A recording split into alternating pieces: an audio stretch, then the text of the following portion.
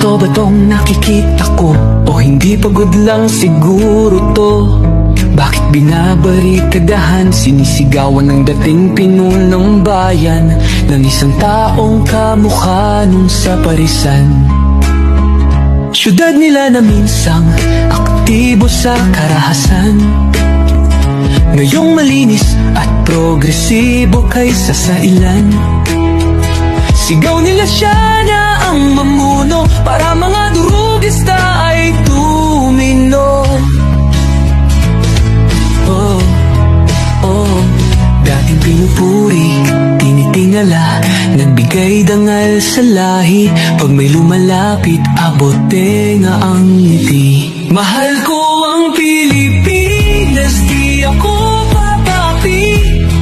Ipinanganak ako sa bayang mapagtimpi. Ipaglalaban ko ang kalayaan kahit ako'y masawi. Sisikat din ang araw, muli tayo magsasamang nakangiti. Inangat ang uniformeng kupas na may bahid ng dahas. Dudublihin ko sahod nyo, wag na kayo lumihis ng landas. Hulihin nyo mga gumagawa ng masama, kahit pangalan ko nakataya. Akong bahala sa kaso nyo, basta kayo ang nasa tama. Pero ano ang isinukli?